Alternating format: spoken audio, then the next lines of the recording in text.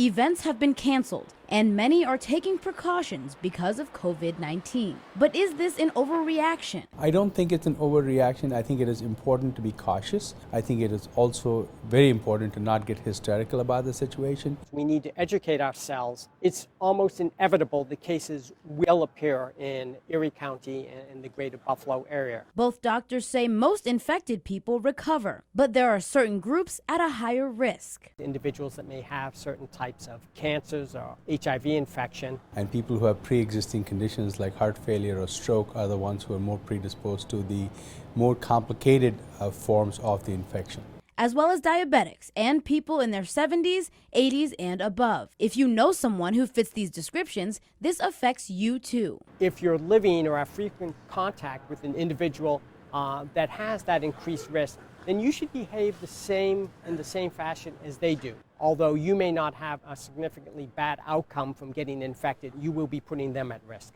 To keep you and your loved ones safe, doctors say to keep your hands clean and avoid large crowds. You certainly don't want to panic and become a hermit. So I would suggest perhaps instead of shopping at Wegmans on Sunday morning when the produce section is wall to wall, perhaps you should do that later in the evening when it's less crowded. If you are at high risk and have symptoms, call your doctor before going in person. I think that population needs to be super careful, but the average population I don't think needs to go to the point where they need to self-quarantine themselves right away. In Buffalo, Taylor Epps, 7 Eyewitness News.